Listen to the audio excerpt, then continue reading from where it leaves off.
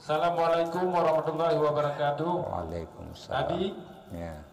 bagaimana hukumnya bila seorang imam rambutnya dicat dengan warna hitam? Dan bolehkah kita ikut imam tersebut? Cat O. Yang pertama cat O. Menyo O kagak cat betul dengan cat. Cat melapik mubalat O. Cat mubalat O. Yang namanya cat menghitamkan rambut kan dengan cat misal menghitamkan rambut yang sudah beruban O kabeh putih diuragam teman ote ka putih O purmoh ka kurang galak ai ya jadi mejipu hitam tu O tapi kan ngencet dengan obat ada kala diminum atau dipakai tapi kencet tak membalutkan rambut nyan hukum ji haram tapi hana tertegah sah wudu hana tertegah sah mandi janabah ya andai mau junub imano junub sah mano junub anda jibuh ia baule wate di mudu sah buh ia baule makai dan kimum je kimum sah sembahyangnya maka sah taikut letayong sah taikut teman jih maksiat perkara jih maksiat bab lain menyona imum yang hana maksiat lebih ke imum hana maksiat tapi bila taikut sah ka menyo yang menghitamkan rambut ibu-ibu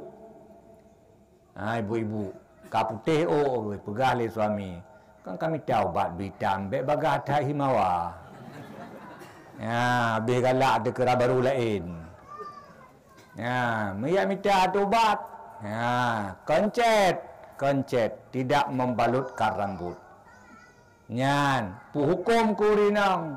karena kagayu oleh suami kaidin suami jut hana haram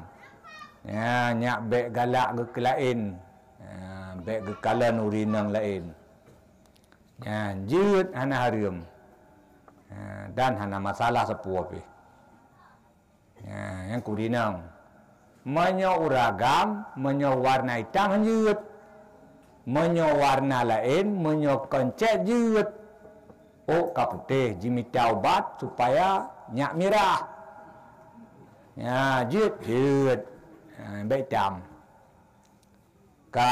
kemudian jino ngancet dicet menyo tamat tatari teplu membalut rambut nyan kamu masalah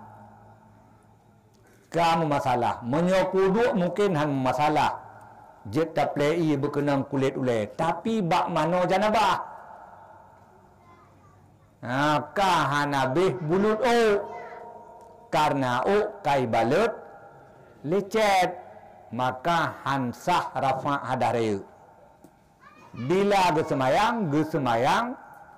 dalam keadaan berhadas jet taikut leteo karena duh ta'u handiut duh ta'u sabab hansah rafa hadah menyota tepu agaknya kalih ke mahadah ngadare teman menyohana tepu na hadare takalan O sagai ngecet ya teman pajan ngecet home ya menyohana tepu taikut sah